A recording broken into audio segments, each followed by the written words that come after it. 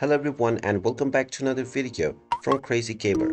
In this video, I'm going to show you how to change your name within the Merge Mansion game. So let's get started right away. First of all, open up the Merge Mansion game on your device.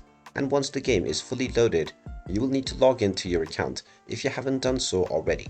Click on the gear icon at the top right, and then you can use the connect option to log in using your Google, your Supercell or your Facebook account.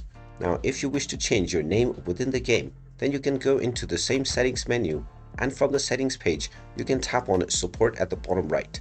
You will now find your player name option. Tap on the edit button at the right side, and now you will be allowed to change your name. Just type in your desired name for your player and then tap on the set button. And now your username change will be applied immediately. You can come back to this menu as many times as you want in order to change your username. And there you have it.